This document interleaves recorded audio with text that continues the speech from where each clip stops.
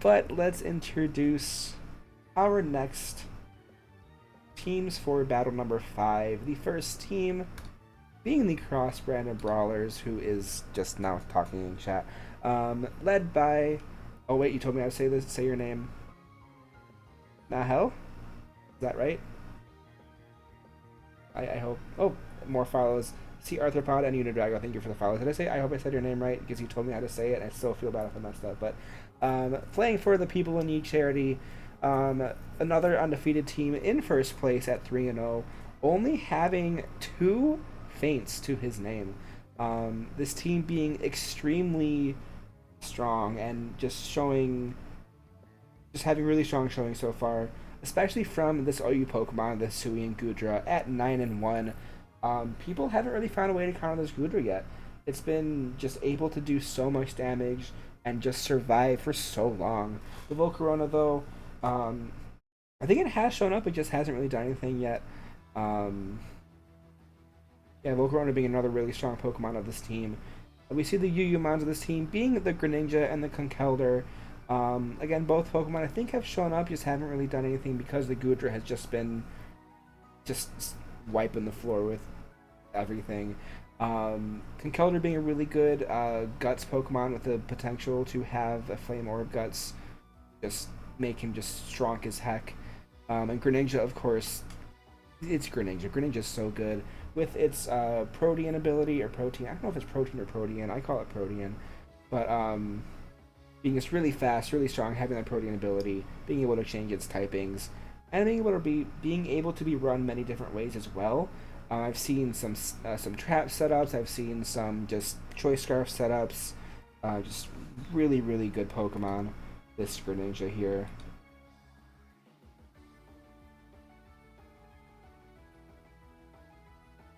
Oh no.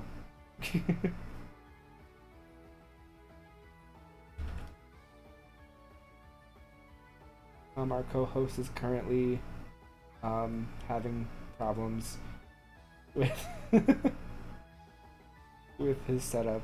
Hopefully he'll be able to fix it. But the Argumons of this team being the Golisopod, the Weavile, and the Galarian Weezing.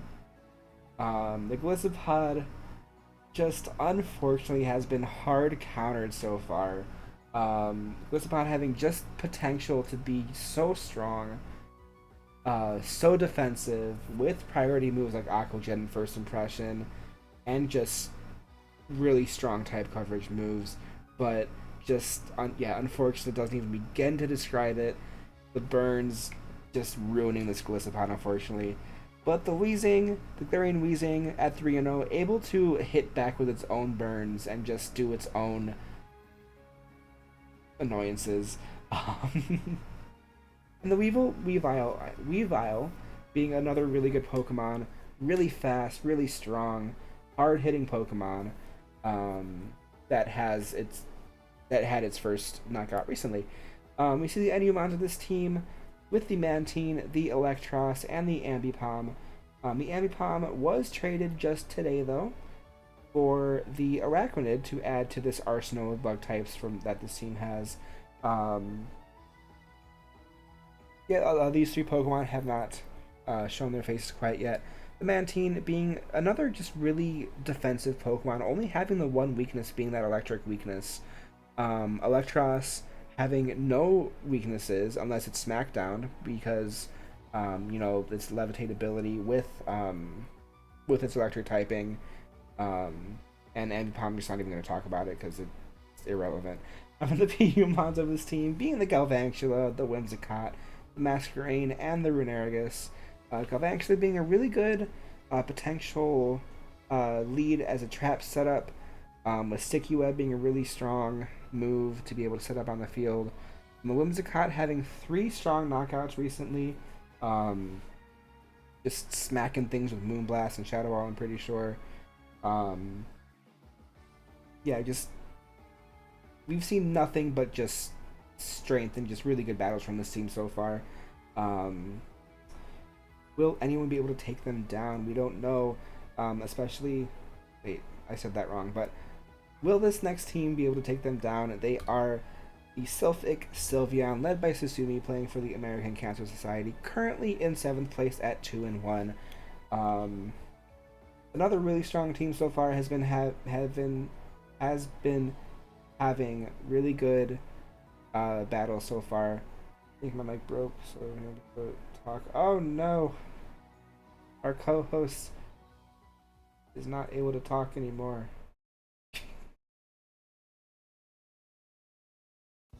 That's unfortunate.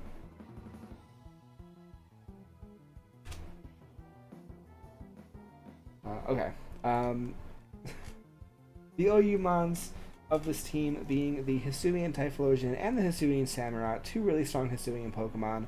The Typhlosion being at the 4-1 and Samurott in 3-3, having probably just as good signature moves as at the Sigjoy that we were talking about earlier. Samurott being able to set up the spikes, the layer of spikes with each ceaseless edge, and the Typhlosion Infernal Parade, I'm pretty sure burns, right? I'm pretty sure the Infernal Parade burns. Don't know. But the UU to this team being the Tinkaton at 3-2 and the Flamigo at 0-1. Tinkaton having just smacked things with hammers, just like a Reinhardt in Overwatch. Tinkaton being a really strong competitor so far, and the Flamigo unfortunately being swapped into an Ice Beam at one point and getting dropped in one shot. Oh, it's interesting. So Infernal Parade has a 30% chance to burn and then does double damage to a Pokemon that has a status. Okay, so it's like a Hex with an almost guaranteed burn. That's really not almost guaranteed, but with a good chance to burn. That's pretty awesome. The Argumon of this team being the namesake Pokemon, the Sylveon at 0-1. Unfortunately at 0-1. Sylveon being a fantastic, just tanky Pokemon with a really good special attack set as well. You do see the Aurorus, who has not been brought yet, and the Pangoro, who hath fallen once as well, just like the Sylveon. The Enumon of this team being the Escavalier, being the Golurk, and the Alolan Exeggutor. Golurk having 2-1 for its record. A really strong Pokemon, just with its no guard ability, being able to guarantee land a dynamic punch. We saw against the Honchkrow, I think it was last week, but we saw against the Honchkrow, it guaranteed hit that dynamic punch, hit that confusion, and the Honchkrow got hit by confusion. So yeah, just able to take it down. The PU of this team being the female Indeedee at 2-1. Having better luck than my own Indeedee, unfortunately. The Meganium, the Stunfisk, Lord Cheese, and the Flareon at 0-1. Indeedee being such a good Pokemon, with a really good typing too. It's only weak to Dark and Bug, I'm pretty sure. Being immune to Ghost completely. Yeah, Indeedee's just a fantastic Pokemon. I love Indeedee. Just unfortunately, my own Indeedee has not been able to do anything, and it's sad. But let's look at the starting lineups of these two teams. We see the cross-branded Brawlers bringing the Volcarona, bringing that Golisopod again, hopefully wanting to end the streak of bad luck with this Golisopod. We see the Galarian Weezing being brought again, the Weavile, the Whimsicott, and this Mantine making its first appearance. We do see the Hisuian Gudra is not on the starting lineup, going for a different strategy this time around. And the Sylphic Sylveon bringing the Hisuian Typhlosion, the Indeedee, the Hisuian Samurott, the two strong Hisuian Mons. We see the Golurk, as I mentioned, another ghost type, with that no guard ability being really good. We see the Stunfisk, Lord Cheese has made an appearance. And the namesake Pokemon, the Sylveon. Lord Cheese is just a meme from my own stream channel. Not going to go into it, but I'm really excited to see what these teams are going to be doing. And since I don't have an opinion from a co-host, I am going to go right into it. Let's see the starting lineups of these teams from Battle. Let's see the starting Pokemon of these teams in battle number 5. The Brawlers leading with the Golisopod this time, and the Sylphic Sylveon leading with the Hisuian Typhlosion. F-Ocean going into the Infernal Parade and getting the burn right away, cutting the Razor Shell in half. I am so sorry, this Gliscopod not even able to take down the Typhlosion with the Infernal Parade, bringing the Gliscopod down to its emergency exit range. Weavile then coming in to replace it. The immediate switch into the Golurk, with the knockoff taking down this Golurk in just one hit, getting revenge for that burned Gliscopod. Sylveon then comes in to replace the fallen Golurk, with Weavile switching into the Mantine. A Hyper Voice, a critical hit landing from the Hyper Voice, taking this Mantine down to about half. The Rain Dance then comes through from this Mantine, with another Hyper Voice coming through, not doing nearly as much as last turn. And the Roost comes through from this Mantine. Does it have Swift Swim? Question mark. I'm pretty sure it does, because it outsped this one. The Hyper Voice coming in doing a little bit more damage again. Another Roost coming through from this Mantine, with another Hyper Voice coming from the Sylveon. And the Hurricane guaranteed landing in the rain. Wait, is it even raining? I don't even know because of the background. I think rain wore off, didn't it?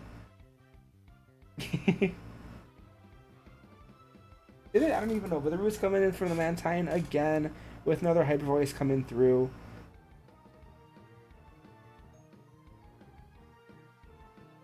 And a switch into the Whimsicott to take another Hyper Voice, doing just about half of this Whimsicott's HP. This Sylveon just sitting there going for the Hyper Voices. While a Light Screen gets set up, but it does barely anything because of the rain and Light Screen that just got set up. An immediate swap into this Volcarona, though. The Hyper Voice coming in, another resistant hit from this Volcarona. And the rain has stopped. You switch in immediately into the Hisuian Samurott while the Volcarona is free to do a Quiver Dance. And immediately switches into the Galarian Weezing. A Razor Shell coming through, doing about a third of the damage from this Weezing.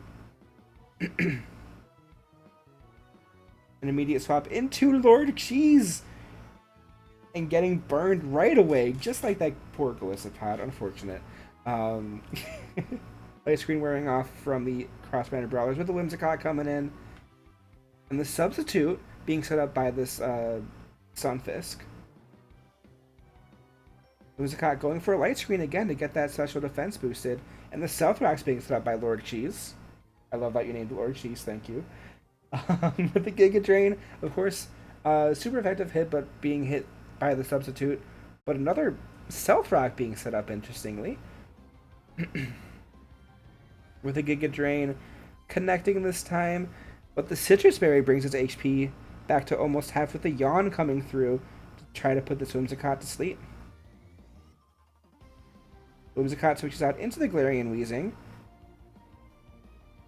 with the Pain Split coming through, doing a little bit of healing to Lord Cheese.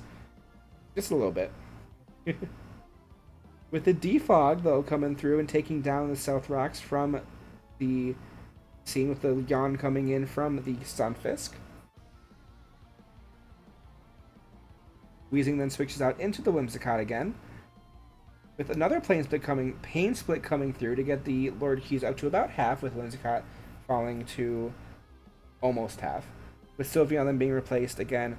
A Giga Drain coming through, not doing too much damage to the Sylveon though. And the Light Screen being set up again, with a Mystical Fire connecting this time, doing a little bit more because it's not in the rain, but not too much. But it does lower the special attack of this Whimsicott though, making the Whimsicott swap into the Galarian Weezing, with another Mystical Fire coming through to drop the special attack of the Weezing now as well. The Protect comes through from the Sylveon to protect it from the Toxic that was just about to hit it. A good prediction from the Toxic. Sylveon switches out into the Indeedee, with the Toxic this time connecting, landing onto the Indeedee. And the switch into the Volcarona now, with the Expanding Force doing a little bit of damage to this Volcarona, but not too much. Indeedee immediately switches out into the Hisuian Samurott to eat a Bug Buzz, bringing it to its Focus Sash. The Volcarona switches out into the Galarian Weezing with an Aqua Jet, but oh wait, it is a Levitate Weezing, so the Psychic Terrain is not affected, able to be hit by the Aqua Jet. Indeed, he switches out to eat a Straying Seam.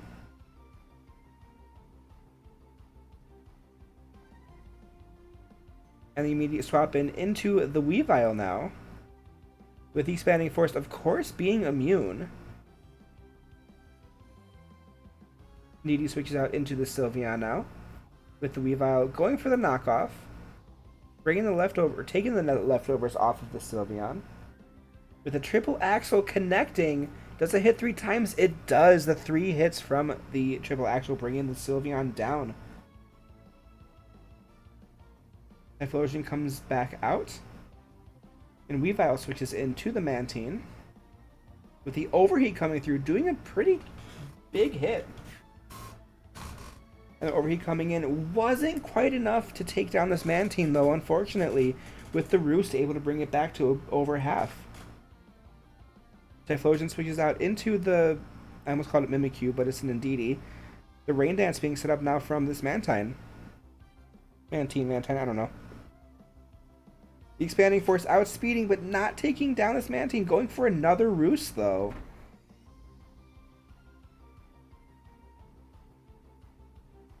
Another Expanding Force comes through. Still doesn't knock down this Mantine. Able to bring itself back up to over half from the Roost, with the Toxics whittling down this Indeedee. Mantine just being extremely defensive. Mantine outspeeds, goes for the resistant hit on the Scald, but since it was on 1 HP, it's enough to take it down. Words are hard.